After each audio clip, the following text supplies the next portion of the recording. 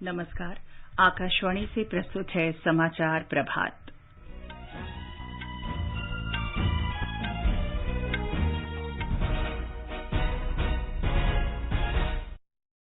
Bharatiya Janata party की राष्ट्रीय कार्यकारिणी की बैठक आज नई दिल्ली में आगामी विधानसभा चुनाव और अन्य मुद्दों पर विचार विमर्श। प्रधानमंत्री नरेंद्र मोदी एक सर्वेक्षण के अनुसार विश्व के सबसे लोकप्रिय नेता। देश में कोविड टीकाकरण अभियान के अंतर्गत 108 करोड़ से अधिक टीके लगाए गए। फ्रांस भारत को अत्याधुनिक सैन्य तकनीक विकसित करने में सहायता देगा। हरियाणा सरकार ने निजी क्षेत्र में स्थानीय युवाओं के लिए 75% आरक्षण से संबंधित अधिनियम अधिसूचित किया। अधिनियम अगले वर्ष 15 जनवरी से प्रभावी होगा।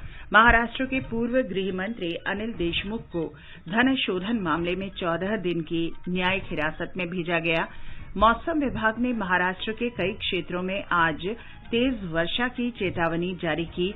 चेन्नई और उसके आसपास के जिलों में रात भर से बारिश से जनजीवन प्रभावित।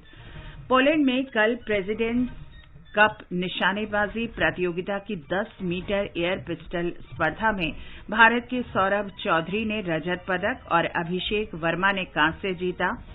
T20 क्रिकेट विश्व कप में शारजाह में दक्षिण अफ्रीका ने इंग्लैंड को 10 रन से हराया।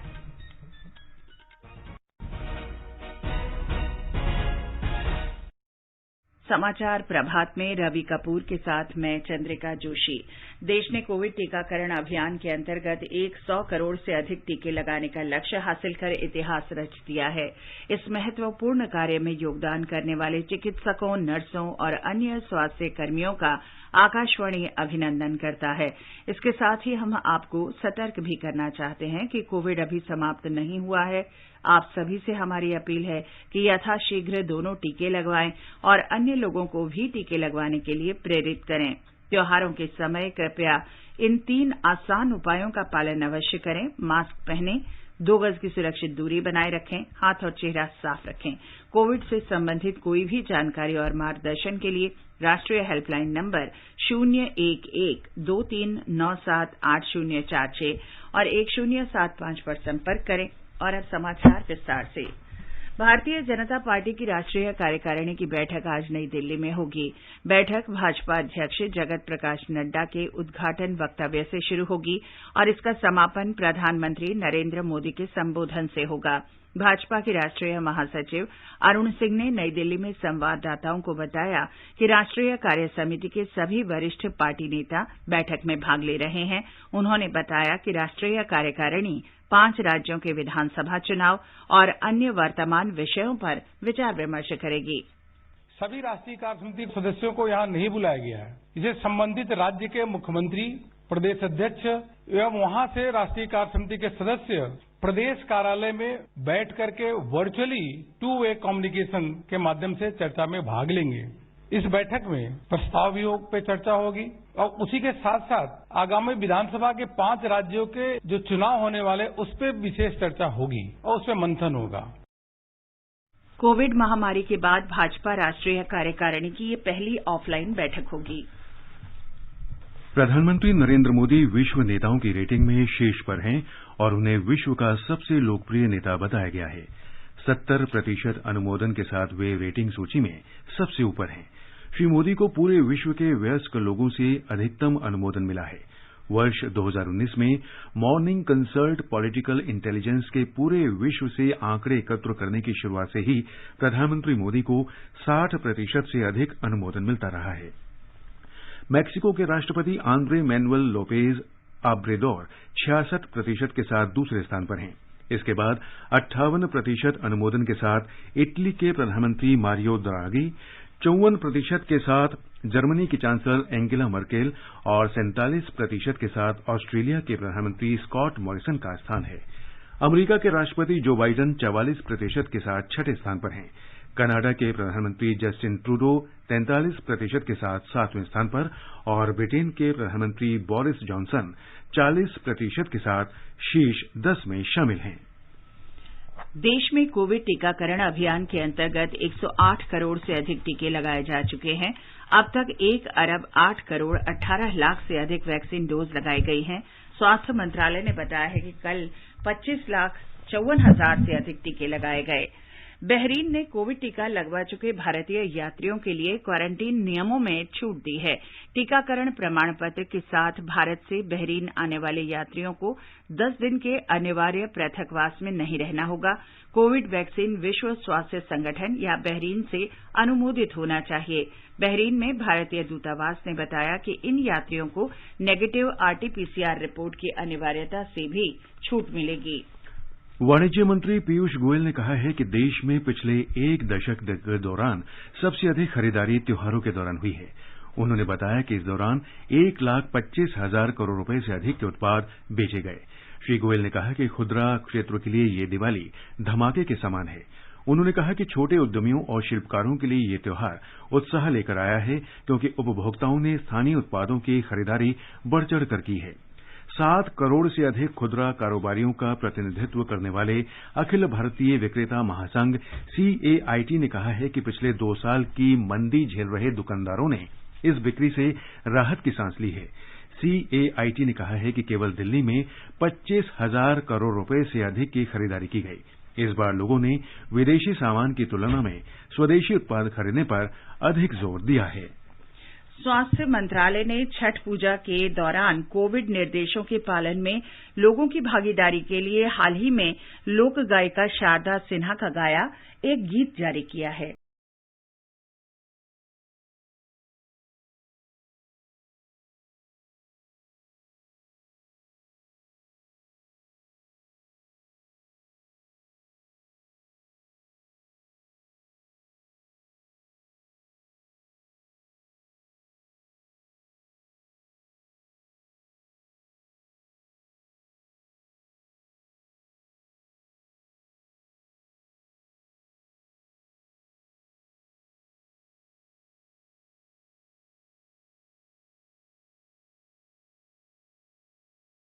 ध्यान रहे कि कोरोना संक्रमण अभी खत्म नहीं हुआ है। आइए हम सब मिलकर कोरोना अनुकूल व्यवहारों का पालन करते हुए जिम्मेदारी से त्योहार मनाएं। त्योहार भी और कोरोना उचित व्यवहार भी।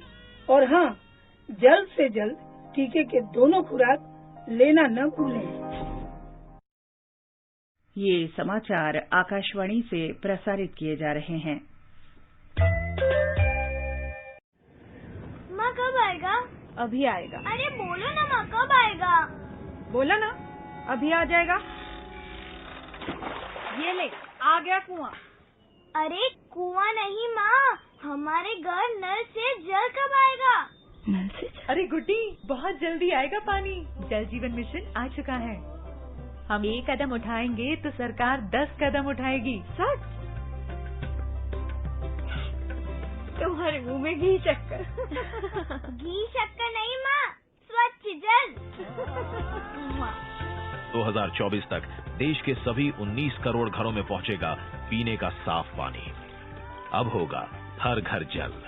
जल जीवन मिशन, जल शक्ति मंत्रालय, भारत सरकार। खुजली झटपट दूर करे, जालिम लोशन।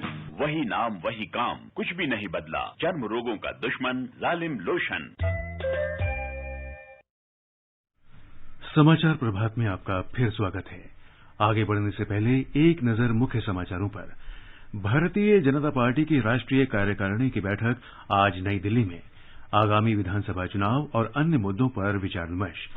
एक सर्वेक्षण के अनुसार प्रधानमंत्री नरेंद्र मोदी विश्व के सबसे लोकप्रिय नेता। देश में कोविड टीकाकरण अभियान के अंतर्गत 108 करोड़ से अधिक टीके लगाए गए। फ्रांस भारत को अत्याधुनिक सैन्य तकनीक विकसित करने में सहायता देगा।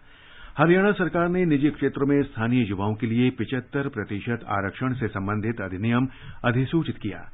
ये अगले वर्ष 15 जनवरी से प्रभावी होगा। महाराष्ट्र के पूर्व गृह मंत्री अनिल देशमुख को धनशोधन मामले में 14 दिनों की न्यायिक हिरासत में भेजा गया। मौसम विभाग ने महाराष्ट्र के कई क्षेत्रों में आज तेज वर्षा की चेतावनी जारी की। चेन्नई और उसके आसपास के जिलों में रात भर हुई वर्षा से जनजीवन अस्त व्यस्त। पोलैंड में कल प्रेसिडेंट कप निशानेबाजी प्रतियोगिता की 10 मीटर एयर पिस्टल स्पर्धा में भारत के सौरभ चौधरी ने रजत पदक और अभिषेक वर्मा ने कांस्य पदक जीता। और T20 क्रिकेट विश्व कप में शारजाह में दक्षिण अफ्रीका ने इंग्लैंड को 10 रन से हराया।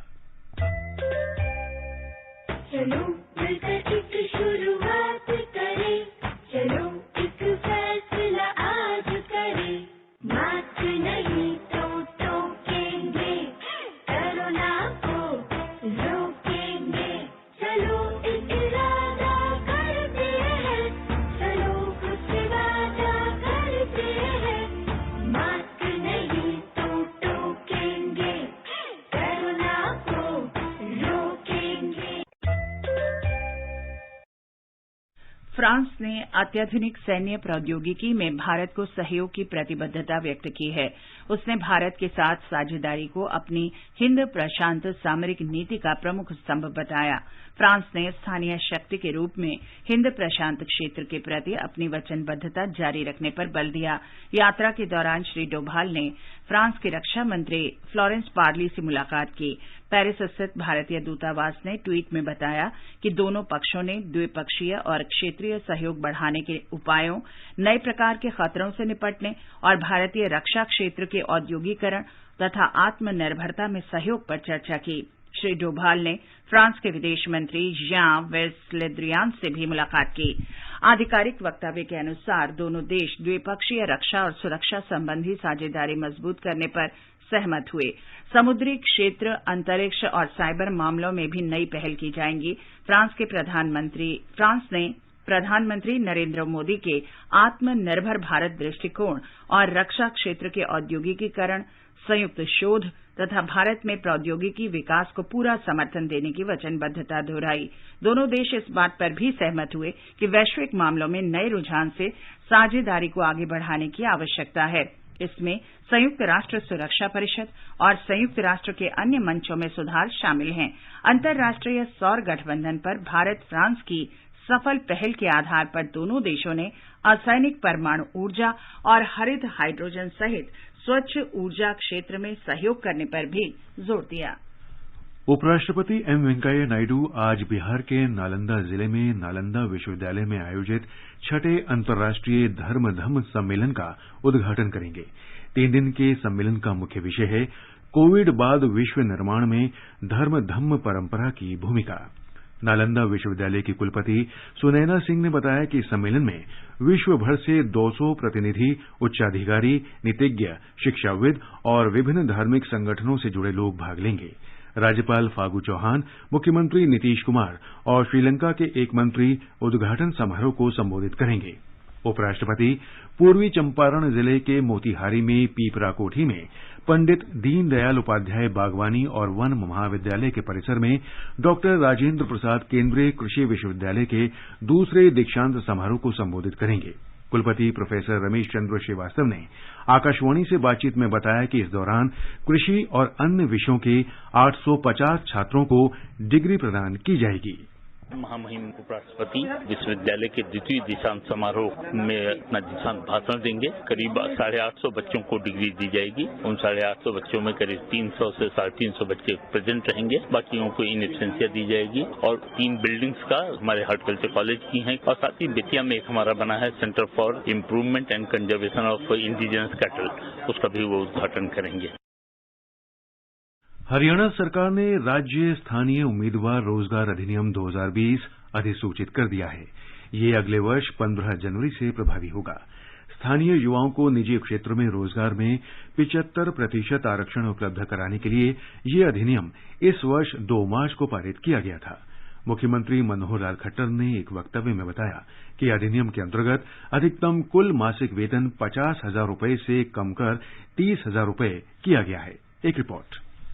ये अधिनियम निजी क्षेत्र की कंपनियों, सोसाइटी, ट्रस्ट, सीमित देयता साझेदारी और सामान्य साझेदारी कंपनियों और किसी भी ऐसे व्यक्ति पर लागू होगा जो 10 या इससे अधिक लोगों को वेतन, मजदूरी या किसी प्रकार के अन्य पारिश्रमिक पर काम देते हैं। श्री खट्टर ने बताया कि सभी नियोक्ताओं के लिए 30,000 तक का कुल मासिक वेतन या पारिश्रमिक पाने वाले कर्मचारियों का पंजीकरण अनिवार्य होगा। ये पंजीकरण हरियाणा के श्रम विभाग की आधिकारिक वेबसाइट पर उपलब्ध पोर्टल पर कराना होगा। नियोक्ताओं को को उन पदों पर जिनमें कुल मासिक वेतन 30,000 रूपये से अधिक न हो सभी नई भर्तियों में 75% स्थानीय उम्मीदवारों को रखना होगा। अपेक्षित योग्यता और कौशल के स्थानीय उम्मीदवारों की पर्याप्त संख्या नहीं मिलने पर नियोक्ता इस शर्त से छूट के लिए आवेदन कर सकते हैं। समाचार कक्ष से दीपिका शर्मा।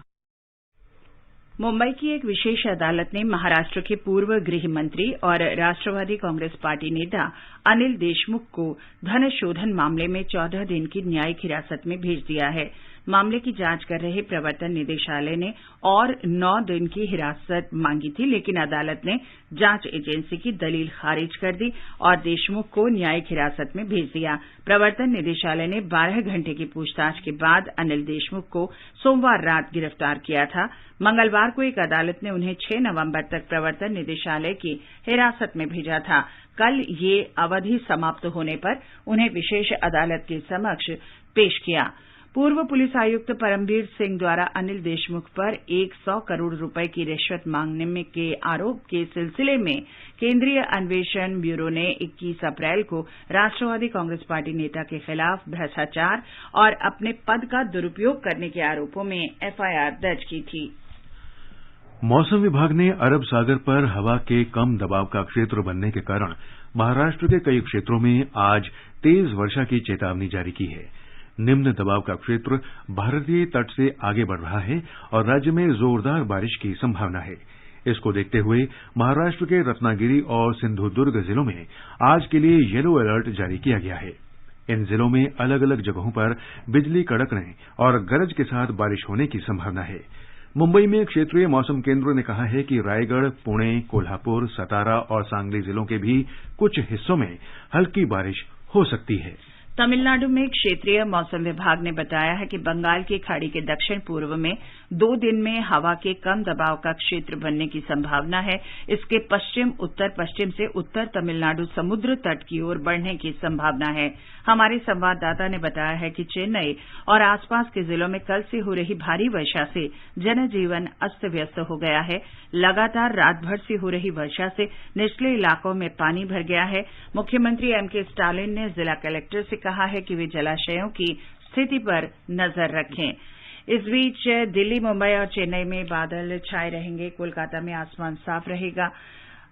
जम्मू और मुजफ्फराबाद में धूप खिली रहेगी। श्रीनगर में, लेह, गिलगित में आंशिक रूप से बादल छाए रहेंगे। न्यूनतम तापमान 0 से 6 डिग्री नीचे और अधिकतम 28 डिग्री सेल्सियस रहने का अनुमान है। T20 क्रिकेट विश्व कप में कल शारजाह में दक्षिण अफ्रीका ने इंग्लैंड को रोमांचक मुकाबले में 10 रन से हरा दिया। दूसरे मैच में अबुधाबी में ऑस्ट्रेलिया ने वेस्ट इंडीज को 8 विकेट से हराया। आज अबुधाबी में न्यूजीलैंड का मुकाबला अफगानिस्तान से और शारजाह में पाकिस्तान का स्कॉटलैंड से होगा। आकाशवाणी से T20 विश्व कप मैचों का आंखों देखा हाल प्रसारित किया जा रहा है। पोलैंड ने कल प्रेसिडेंट्स कप निशानेबाजी प्रतियोगिता की 10 मीटर एयर पिस्टल स्पर्धा में भारत के सौरभ चौधरी ने रजत पदक और अभिषेक वर्मा ने कांस्य पदक जीता। जर्मनी के क्रिश्चियन रिट्ज ने 34 अंक हासिल करके इस स्पर्धा का खिताब अपने नाम किया। मनु भाखड़ महिलाओं की 10 मीटर एयर पिस्टल स्पर्धा के फाइनल में पहुंचने में विफल रही। भारत ने प्रेसिडेंट्स कप प्रतियोगिता में 3 पदक जीते हैं। और अब आजादी का अमृत महोत्सव के अंतर्गत आइए सुनते हैं आकाशवाणी की विशेष प्रस्तुति आजादी का सफर। आजादी का अमृत महोत्सव।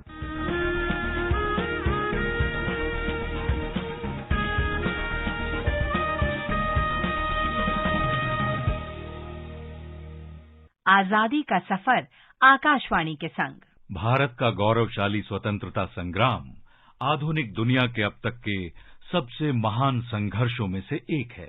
आकाशवाणी समाचार लेकर आता है प्रतिदिन आपके लिए इसी संघर्ष की एक झलक।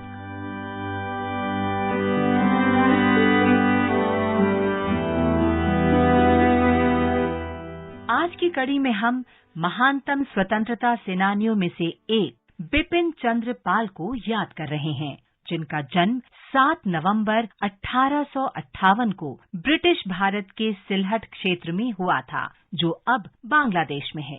भारतीय राष्ट्रवादी आंदोलन के शुरुआती नेता बिपिन चंद्र पाल लाला लाजपत राय और बाल गंगाधर तिलक के साथ लाल बाल पाल की तिकड़ी में शामिल थे। ये तीनों नरमपंथियों द्वारा अपनाई जाने वाली याचिकाओं के तरीके पर सवाल उठाते थे और राजनैतिक उद्देश्यों को प्राप्त करने के लिए सीधी कार्रवाई के लिए तर्क देते थे। 1886 में बिपिन चंद्र पाल भारतीय राष्ट्रीय कांग्रेस में शामिल हो गए। उन्होंने भेदभावपूर्ण शस्त्र अधिनियम को निरस्त करने के लिए मजबूत दलील दी।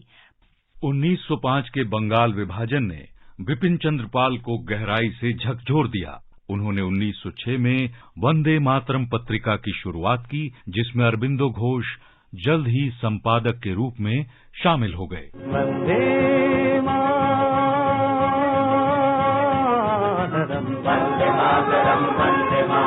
बिपिन चंद्र पाल को भारत में क्रांतिकारी विचारों के जनक के तौर पर याद किया जाता है। अरबिंदो घोष के साथ उन्होंने पूर्ण स्वराज, स्वदेशी अपनाने, विदेशी बहिष्कार और राष्ट्रीय शिक्षा के आदर्शों वाले एक नए राष्ट्रीय आंदोलन के मुख्य प्रतिपादक के रूप में पहचाना जाता है।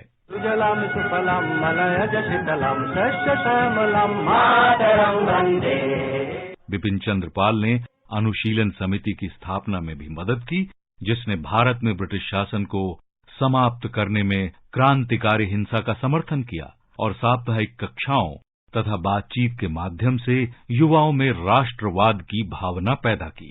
असहयोग के रूप में होने वाले विरोध में उनका विश्वास नहीं था और इसी मुद्दे पर उनका महात्मा गांधी से मतभेद था। 1920 में पाल उन वरिष्ठ नेताओं में से थे जिन्होंने असहयोग पर गांधी जी के प्रस्ताव का विरोध इस तथ्य पर किया था कि ये स्व सरकार को संबोधित नहीं करता। बिपिन चंद्र पाल ने सामाजिक और आर्थिक बुराइयों को दूर करने के प्रयास किए। उन्होंने जाति प्रथा का विरोध किया और विधवा पुनर्विवाह की हिमायत की। अपनी पहली पत्नी की मृत्यु के बाद उन्होंने एक विधवा से शादी की और ब्रह्म समाज में शामिल हो गए। बिपिन चंद्र पाल एक बहुआयामी व्यक्तित्व थे। वे एक अच्छे नेता, शिक्षक, पत्रकार, वक्ता और लेखक थे।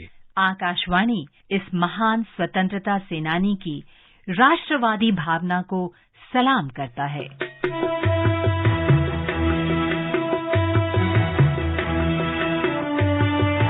आज हम स्वतंत्रता सेनानी और शिक्षाविद अश्विनी कुमार दत्ता को भी याद कर रहे हैं, जिन्होंने 7 नवंबर 1923 को हमें अलविदा कह दिया था। दत्ता को बंगाल विभाजन ने स्वदेशी आंदोलन की ओर आकर्षित किया और उन्होंने स्वदेशी उत्पादों को बढ़ावा देने और विदेशी वस्तुओं का बहिष्कार करने के लिए स्वदेश बांधव समिति की स्थापना की। 1908 में नवगठित पूर्वी बंगाल और असम की सरकार ने स्वदेश बांधव समिति पर प्रतिबंध लगा दिया और दत्ता को लखनऊ में जेल में डाल दिया। विधिर बांधन काटबे तुमी एमन शक्तिमान, तुमी की एमनी शक्तिमान, आमादेर भांगा गड़ा तोमार हाथे एमन अभिमान, तोमादेर एमनी अभिमान। 1921 में महात्मा गांधी इस महान नेता के प्रति सम्मान प्रदर्शित करने के लिए बारीसाल गए थे। आकाशवाणी इस देशभक्त को सलाम करता है जिसने अपने जीवन के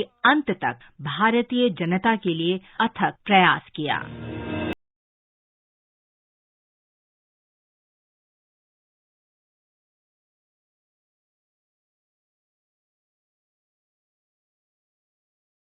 नवंबर 2000 को हुई थी। अपने कॉलेज के दिनों से ही वो अंग्रेजों के खिलाफ सविनय अवज्ञा आंदोलन के सक्रिय सदस्य थे और 1942 में भारत छोड़ो आंदोलन के दौरान जेल गए थे।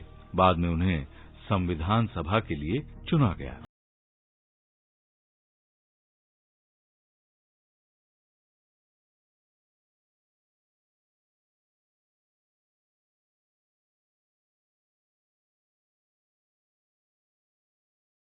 सुब्रमण्यम ने कई मौकों पर केंद्रीय मंत्री के रूप में सेवाएं दी और बाद में महाराष्ट्र के राज्यपाल के रूप में भी कार्य किया।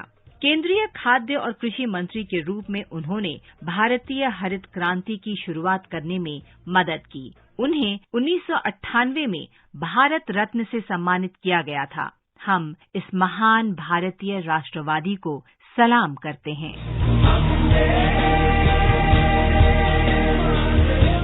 इसके साथ ही आजादी का सफर आकाशवाणी के संग श्रृंखला का ये अंक समाप्त हुआ। मिलते हैं कल अगली कड़ी में।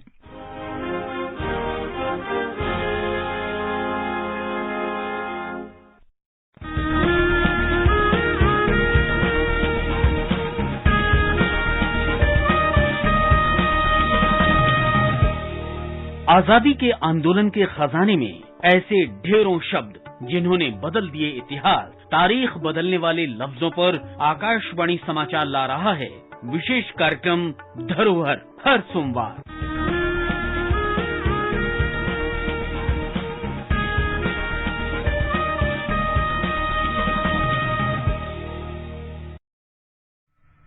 उत्तर प्रदेश के मुख्यमंत्री योगी आदित्यनाथ ने जीका वायरस संक्रमण तेजी से फैलने को देखते हुए लोगों से अतिरिक्त सतर्कता बरतने को कहा है। राज्य सरकार ने संक्रमण का फैलाव रोकने के लिए एकीकृत कमांड केंद्र स्थापित किया है। राज्य में जीका संक्रमित लोगों की संख्या 79 तक पहुंच गई है। ये समाचार हमारी वेबसाइट newsonair.gov.in/hindi पर भी उपलब्ध हैं। ये विशाल है ना, इसका सब प्रॉपर चलता है। कल उसके बैंक अकाउंट में 15,000 रुपए का फ्रॉड हुआ है, पता है? इसको तो कोई टेंशन ही नहीं होती है। देखना। टेंशन क्यों? मेरी कोई गलती नहीं थी। फिर भी फ्रॉड होने पर मैंने तुरंत बैंक को इन्फॉर्म कर दिया। आरबीआई कहता है अगर आपके अकाउंट से किसी ने धोखे से पैसे निकाले हैं तो बैंक को जल्द से जल्द इन्फॉर्म कीजिए। 3 दिन के अंदर इन्फॉर्म किया तो कोई नुकसान नहीं होगा। जितना लेट करोगे उतना ज्यादा नुकसान। और सुन, सब चलता नहीं है, प्रॉपर चलाना पड़ता है। आरबीआई कहता है जानकार बनिए, सतर्क रहिए। अधिक जानकारी के लिए 14440 पर मिस्ड कॉल दें। भारतीय रिजर्व बैंक द्वारा जनहित में जारी। और रवि, अब बताएं आज के समाचार पत्रों में क्या विशेष है। चंद्रिका, दिल्ली एनसीआर में हवा की गुणवत्ता पर आज सभी अखबारों की नजर है। दैनिक जागरण और राष्ट्रीय सहारा ने लिखा है तेज हवा से दिल्ली की फिजा में कुछ असर हुआ, 1-2 दिन में हवा और साफ होगी। दैनिक जागरण ने लिखा है प्रदूषण स्तर में वृद्धि, कोरोना संक्रमण के बढ़ने की दिशा में खतरे की घंटी। हालांकि राष्ट्रीय सहारा ने देश में पिछले 24 घंटे के दौरान कोरोना मामलों में कमी की खबर दी है। नवभारत टाइम्स लिखता है मास्क लगाएं, कोरोना और प्रदूषण दोनों से बचें। उत्तराखंड के प्रसिद्ध केदारनाथ और यमुनोत्री धाम के कपाट शीतकाल के लिए विधि विधान के साथ बंद किए जाने की खबरें चित्र के साथ अधिकतर अखबारों में हैं। दैनिक ट्रिब्यून ने कश्मीर के ऊंचाई वाले इलाकों में बर्फबारी की खबर सचित्र दी है। हिंदुस्तान ने बॉक्स में लिखा है सर्दी इस बार 30 दिन ज्यादा रहेगी, अधिक बारिश के कारण 90 की बजाय 120 दिन तक सर्दी का मौसमी चक्र बने रहने की उम्मीद। राजस्थान पत्रिका की बड़ी सुर्खी है महामारी के दर्द को भूल लोगों ने खुशियों का त्योहार पारंपरिक तरीके से मनाया। दिवाली पर 10 साल का रिकॉर्ड टूटा, 1.25 लाख करोड़ का कारोबार हुआ। छोटे कारीगरों और शिल्पकारों के बनाए उत्पादों की बिक्री बढ़ चढ़कर हुई। खुद को हाशिए पर महसूस कर रहे कलाकारों और दस्तकारों के घर इस दिवाली के दियों से रोशन हुए। पत्र लिखता है विदेशी कंपनियों की चकाचौंध के बीच ये अच्छा संकेत है कि लोगों की सोच सकारात्मक है। हरिभूमि की खबर है भारतीय रेलवे की पर्यटक रेलगाड़ी रामायण यात्रा ट्रेन दिल्ली के सफदरजंग रेलवे स्टेशन से आज से शुरू हो रही है। 17 दिन की इस यात्रा के लिए सभी आधुनिक सुविधा के साथ रेलगाड़ी तैयार है। दैनिक जागरण ने ये कैसी आस्था शीर्षक से यमुना नदी में सामग्री डालते लोगों के चित्र के साथ लिखा है नदियों के प्रदूषित करने में ऐसे लोग भी कम नहीं। और अंत में मुख्य समाचार एक बार फिर। भारतीय जनता पार्टी की राष्ट्रीय कार्यकारिणी की बैठक आज नई दिल्ली में आगामी विधानसभा चुनाव और अन्य मुद्दों पर विचार विमर्श। प्रधानमंत्री नरेंद्र मोदी एक सर्वेक्षण के अनुसार विश्व के सबसे लोकप्रिय नेता। देश में कोविड टीकाकरण अभियान के अंतर्गत 108 करोड़ से अधिक टीके लगाए गए। फ्रांस भारत को अत्याधुनिक सैन्य तकनीक विकसित करने में सहायता देगा। हरियाणा सरकार ने निजी क्षेत्र में स्थानीय युवाओं के लिए 75% आरक्षण से संबंधित अधिनियम अधिसूचित किया। ये अगले वर्ष 15 जनवरी से प्रभावी होगा। महाराष्ट्र के पूर्व गृह मंत्री अनिल देशमुख को धन शोधन मामले में 14 दिन की न्यायिक हिरासत में भेजा गया। मौसम विभाग ने महाराष्ट्र के कई क्षेत्रों में आज तेज वर्षा की चेतावनी जारी की। चेन्नई और उसके आसपास के जिलों में रात भर हुई वर्षा से जनजीवन अस्त व्यस्त। पोलैंड में कल प्रेसिडेंट्स कप निशानेबाजी प्रतियोगिता की 10 मीटर एयर पिस्टल स्पर्धा में भारत के सौरभ चौधरी ने रजत पदक और अभिषेक वर्मा ने कांस्य पदक जीता। और T20 क्रिकेट विश्व कप में शारजाह में दक्षिण अफ्रीका ने इंग्लैंड को 10 रन से हराया। इसके साथ ही समाचार प्रभात का ये अंक समाप्त हुआ। नमस्कार।